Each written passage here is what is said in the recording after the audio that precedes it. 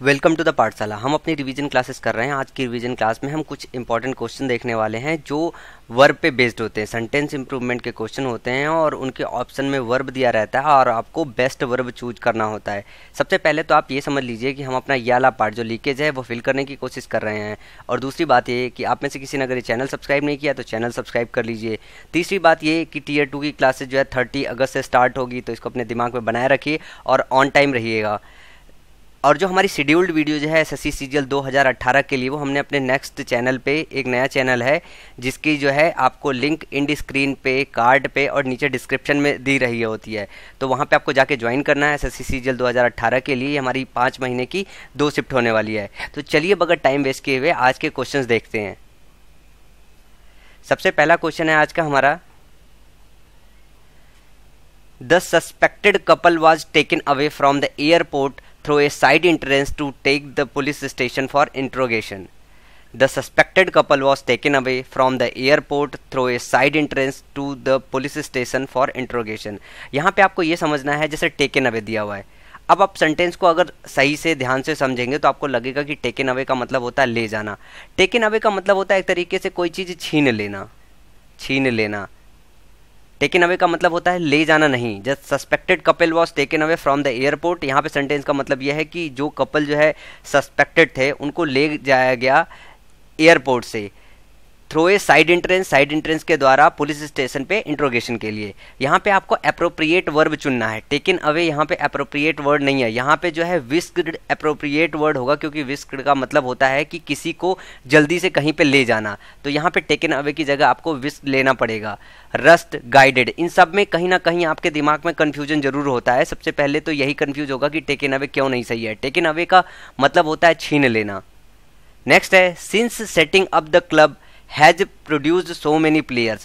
Since setting up the club has produced so many players. यहाँ पे option देखिए, since its inception, since have been set up, being set up. आपको देखो एक यहाँ पे कंफ्यूजन होता है और ये लगता है कि सेंटेंस करेक्ट है। यहाँ पे अगर ये लिखा रहता since its setting up the club has produce so many player, then ये सेंटेंस सही होता, लेकिन ऑप्शन में कहीं इसका इट्स के फॉर्म में नहीं दिया हुआ है। तो यहाँ पे जो फॉर्म जाएगा, जो पार्ट जाएगा वो बन जाएगा सिंस इट्स इंसेप्शन। इंसेप्शन का मतलब होता है कि आरंभ से, कि जब से वो आरंभ हुआ है तब से जो है उसने कई सारे जो है क्लब ने प्लेयर्स प्रोड्यूस किए हैं। तो यहाँ पे जो पार्ट 1 होगा वो होगा। अगर इसमें इट्स होता तो ये सेंटेंस करेक्ट होता, इसमें कोई एरर ना होता। नेक्स्ट है, she gave most of her time to dance. वह अपना बहुत सारा समय देती है डांस को। लेंट, स्पेंट, डिवोटेड, यहाँ पे आपको डाउट होगा। जैसे ही आप स्पेंट देखोगे आपको लगेगा कि ये वाला करेक्ट चीज़ है। She spent most of the time to dance, और टिक मारोगे निकल जाओगे। पर यहाँ पे जो अप्रोप्रिएट वर्ड है डिवोटेड है। ये वर्ब जो है इसका मतलब होता है किसी काम को एक तरीके से मन लगा के करना, आप एक तरीके से पूरी तरह डिवोट हो जाना। तो यहाँ पे जो करेक्ट ऑप्शन होगा सी होगा, ना कि बी होगा, और ना कि ये गेव खुद होगा। तो इस तरीके का जो है एरर बहुत रखा जाता है जो है एसएससी के एग्जाम में। नेक्स्ट है, the monkey was seated at the foot of a tree. अब यहाँ पे देखिए आपके ऑप्शन बॉटम, इंड, इंड में तो समझ में आ जाएगा, नहीं होगा रूट, इसमें बहुत कंफ्यूजन होता है। तो मैं एक बात ये बता दूं कि foot of a tree, foot of A mountain का मतलब होता है कि किसी के लोअर एंड पे होना। जैसे ट्री है, ट्री के लोअर एंड पे बैठे होना। माउंटेन, फुट ऑफ ए जो है माउंटेन की बात करें तो उसके जो है लोअर एंड पे बैठे होना। तो यहाँ पे सेंटेंस में कोई भी इंप्रूवमेंट की जरूरत नहीं है, यहाँ पे लास्ट पार्ट जाएगा। नेक्स्ट है, Keats says the idea very well in his poem. Poem में कोई भी जो पोएट होता है वो अपना आइडिया एक्सप्रेस करता है, से नहीं करता है, डिस्क्राइब नहीं करता है। तो यहाँ पे अगर ये चीज़ आपको पता नहीं होगी तो आप हमेशा कंफ्यूज होगे। तो यहाँ पे जो ऑप्शन होगा वो सी पार्ट जाएगा। नेक्स्ट है, the enemy soldiers went back hastily. Hastily का मतलब होता है जल्दी से। The enemy soldiers went back, went back, यहाँ पे सेंटेंस ये कहने की कोशिश कर रहा है कि जो एनिमी सोल्जर्स थे वो वापस चले गए, वापस हट गए। तो यहाँ पे इसके लिए जो अप्रोप्रिएट वर्ड होता है वो रिट्रीटेड होता है। रिट्रीटेड का मतलब होता है जो सोल्जर्स होते हैं वो वापस होते हैं। तो अप्रोप्रिएट जो वर्ब है वो रिट्रीट है।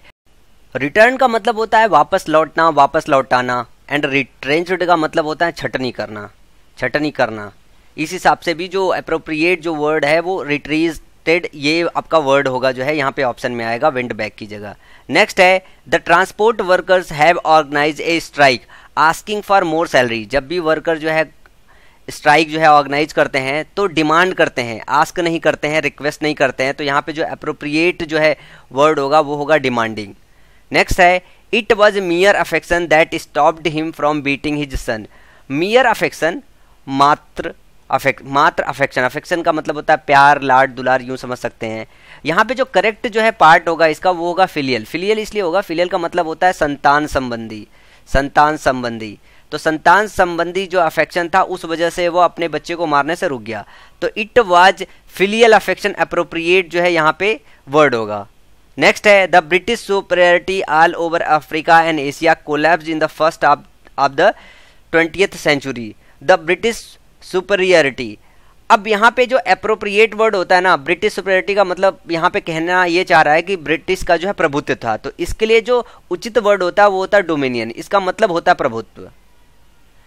जो ब्रिटिश का प्रभुत्व था all over Africa and Asia वो कोलैप्स करके जो है first half of the 20th century ये जाएगा। तो यहाँ पे जो अप्रोप्रिएट जो वर्ड होगा वो होगा डोमिनियन, ना कि सुपरियरिटी। डोमिसाइल और रेसिडेंट इन सभी के मतलब आपको पता है। रेसिडेंस का मतलब निवास स्थान, डोमिसाइल का मतलब होता है निवासी, कहाँ के निवासी हो, मूल निवासी, इस तरीके से। नेक्स्ट है I hope I am going to get fever soon. अब मुझे लग रहा है कि मुझे फीवर हो जाएगा जल्दी। तो I hope I am going to get fever soon, क्या होप लगेगा, मैं आशा करता हूं, नहीं। यहाँ पे आप दूसरा ऑप्शन देख सकते हैं कि I doubt if I am going to get fever soon. ये डाउट अगर इफ की जगह अगर दैट होता देन सही होता, I doubt that I am going to get fever soon. यहाँ पे जो अप्रोप्रिएट वर्ड होगा वो होगा fear. I fear I am going to get fever soon, मुझे डर लग रहा है कि मैं जो है जल्दी फीवर में जो है लिप्त हो जाऊंगा या मुझे जल्दी फीवर पकड़ लेगा। नेक्स्ट है when we came out of the cinema it was falling with rain.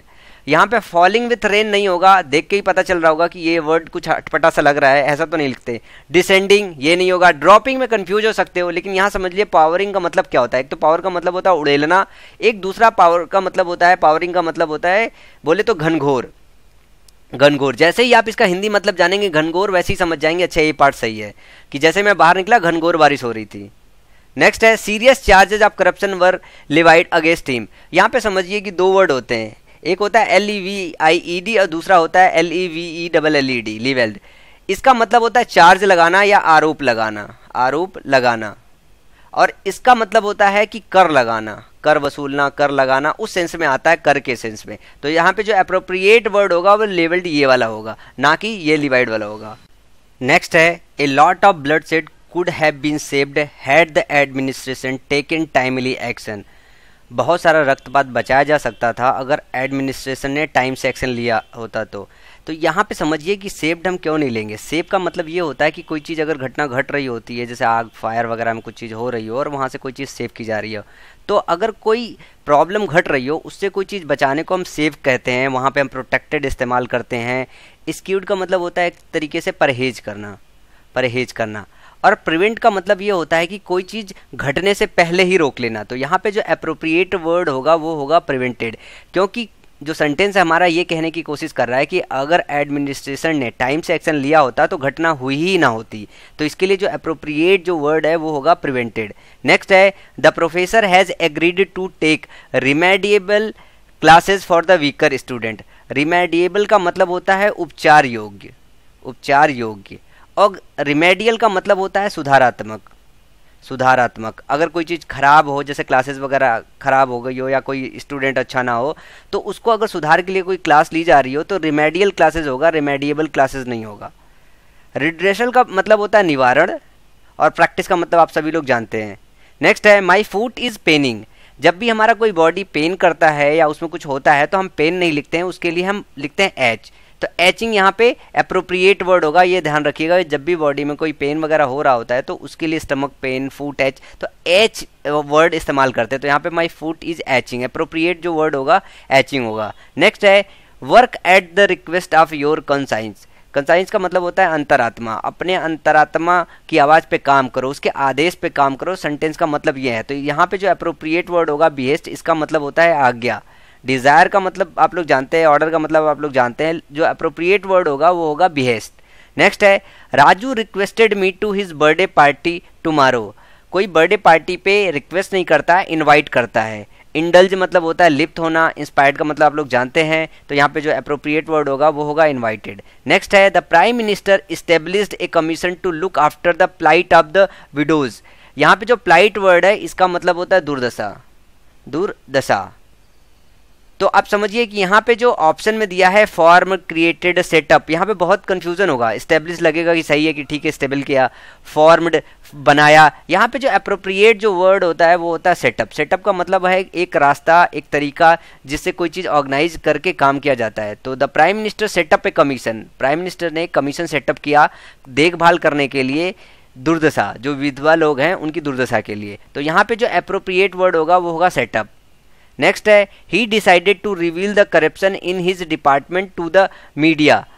Corruption वगैरह क्या करते हैं हम, एक्सपोज करते हैं। रिवील यहाँ पे अप्रोप्रिएट वर्ड नहीं होगा, होगा एक्सपोज। करप्शन के मसले में जब भी आपने न्यूज़ वगैरह में सुना होगा या फिर आपने कभी जैसे बहुत ज़्यादा अगर एनडीटीवी वगैरह देखते होंगे तो एक्सपोज वर्ड आता रहता है। तो करप्शन जब भी होता है तब एक्सपोज होता है। तो यहाँ पे अप्रोप्रिएट जो वर्ड होगा वो होगा एक्सपोज, ना कि रिवील होगा। नेक्स्ट है my friend won me at tennis, मेरा दोस्त जो है टेनिस में मेरे से जीत गया। तो यहाँ पे बीट मी आता है, जो अप्रोप्रिएट वर्ड होगा beat me. My friend beat me at tennis, ये अप्रोप्रिएट वर्ड होगा। तो ये रहे कुछ जो है आपके वर्ब पे, बेस्ट वर्ब पे, कि बहुत सारे ऐसे वर्ब आपको ऑप्शन में दे दिए होते हैं जिनकी मीनिंग बहुत नियर रहती है और आपको क्लोजली जो है उनको चेक करना रहता है। इसके लिए आपको कमांड होना चाहिए अच्छा खासा जो है उस पर। यहाँ पे ये जरा सही कर लीजिएगा, ये 20th सेंचुरी होगा, 20th सेंचुरी लिखा हुआ था। सो अभी के लिए इतना ही, नेक्स्ट वीडियो लेक्चर में फिर मिलेंगे, तब तक के लिए थैंक यू, बाय बाय।